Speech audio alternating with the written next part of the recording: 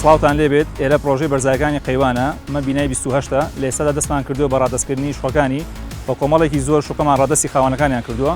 پلانمان هەیە بە زووترین کات تەواوی شوەکان ڕادەستی خاوەنەکانیان بکەین ئێستاش بۆ تایبەتمەندی و زانیاری زیاتر چینە ناو بیناکەوە.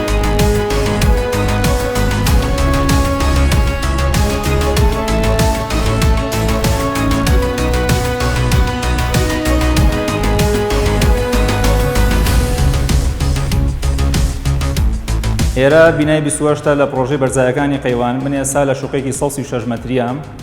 لە ئێستادا ڕێژەیەکی زۆر لە شوەکان ڕادەستی خاوەنەکانیان کراوە لە بینای 28 ئێمە سێ جۆر شوقەمان هەیە تایپی A 136 مەتری، تایپی B 105 مەتری، تایپی C 109 مەتری.